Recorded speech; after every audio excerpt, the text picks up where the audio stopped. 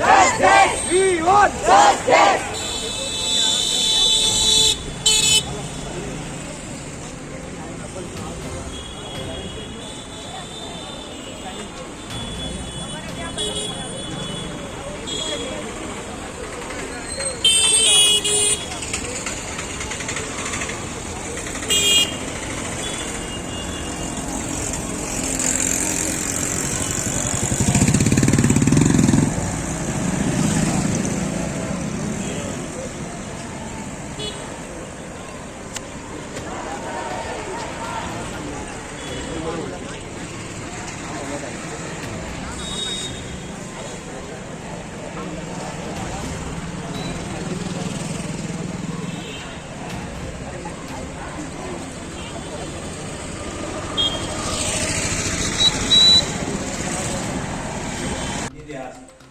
અને આને જો પ્રોટેક્ટ કરવામાં નહીં આવે તો આવતી પેઢી આ બાબતમાં કોઈ સેવામાં હાજર રહેશે અને આરોગ્યને મોટી મોટી ખરાબ અસર પડશે.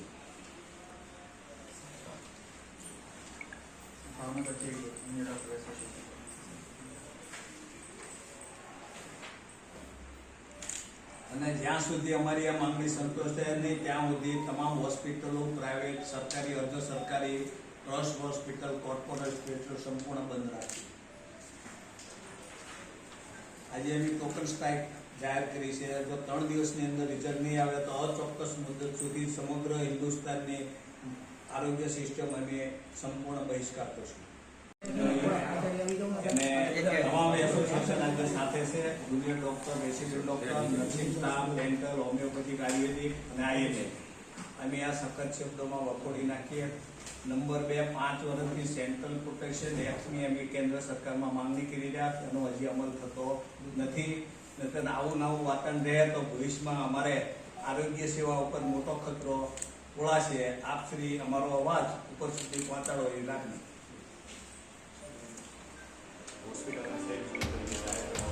એરપોર્ટની ઉપર જેમ સલામતી હોય એવી જ હોસ્પિટલમાં સરકાર Kanani, ex president Indian Medical Association Gujarat અને ex vice president Indian Medical Association all India આજ રોજ 9 ઓગસ્ટના રોજ કલકત્તા ખાતે આરજે કર મેડિકલ કોલેજની અંદર જે અઘટિત બનાવ બન્યો અને એની હત્યા થઈ એને ઇન્ડિયન મેડિકલ એસોસિએશન તથા તમામ એસોસિએશન સખત શબ્દોમાં આજના દિવસે અમે વખોડી નાખીએ. આવા બનાવ અવારનવાર તમામ રાજ્યોની અંદર બનતા હોય છે.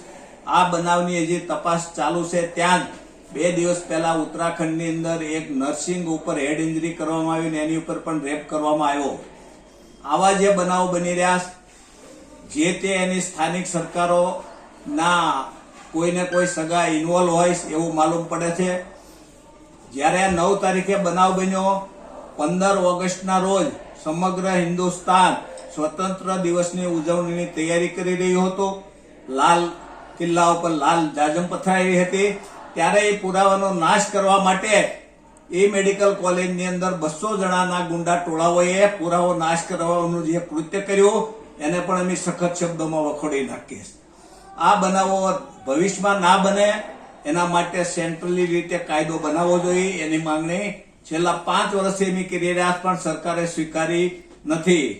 2019ની અંદર જ્યારે સમગ્ર વિશ્વની અંદર કોરોના હતો, ડાક્ટરોની સેવાની જરૂર પડી ત્યારે કાયદો 3 વર્ષ પૂરતો ટેમ્પરરી બનાવ્યો, 2022માં વિડ્રો કરી લીધો.